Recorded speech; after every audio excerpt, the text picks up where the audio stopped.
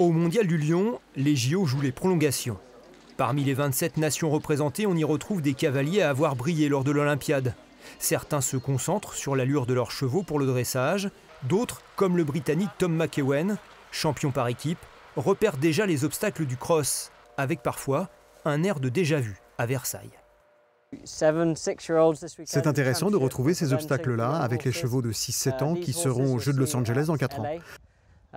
Après Londres, on avait revu des obstacles sur nos concours nationaux et internationaux en Angleterre.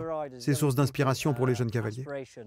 Le concepteur des obstacles des Jeux, le voici. Depuis plus de 30 ans, l'Angevin Christian Achard travaille pour les plus grandes compétitions internationales. Le mondial lui a racheté 2 de ses créations, dont cette magnifique tête de cerf, remarquée dans le monde entier.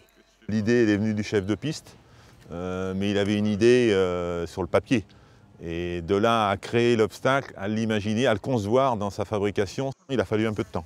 Mais c'était vraiment sympa de le voir évoluer, de le voir avancer dans le projet. Non, c'était mon obstacle de cœur, je dirais, pour les Jeux.